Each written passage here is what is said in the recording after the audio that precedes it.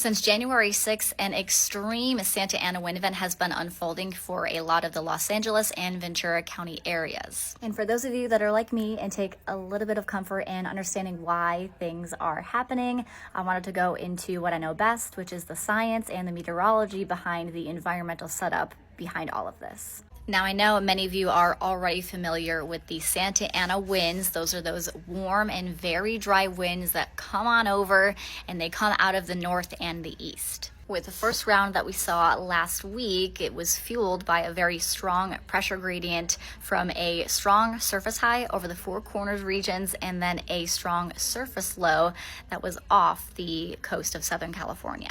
So you got the wind, and then you add in the fact that Southern California has been record dry. They haven't seen much rain at all since last spring, which isn't too unusual, but a lot of that has been fueled by the fact that we've been in a La Nina, which climatologically makes it wetter for the northern half of the Pacific Northwest, and it keeps pretty much almost everyone from the Central Valley towards Southern California very dry, drier than normal. But this year so far has been unusually dry for them. So I'm going to put the monthly rainfall totals per month in 2024 for the Los Angeles airport here. And you can see just how little rainfall that this area has gotten. The last time they saw over half an inch of rainfall was around the end of March.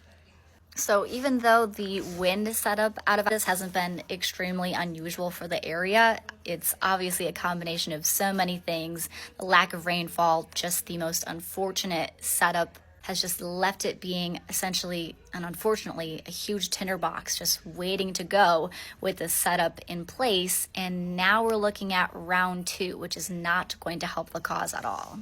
Plus, on top of that, while this second round is not expected to be quite as bad as the first, meteorologists are still calling this a particularly dangerous situation, or a PDS, red flag warning, which forecasters do not use this term lightly. They've only used it a few other times, and they use it when they are expecting life-threatening conditions, a lot of times during severe weather outbreaks, such as with severe thunderstorms and tornadoes. But this is something, of course, obviously worth paying attention to, with the peak of the strongest wind gusts expected to arrive into Tuesday.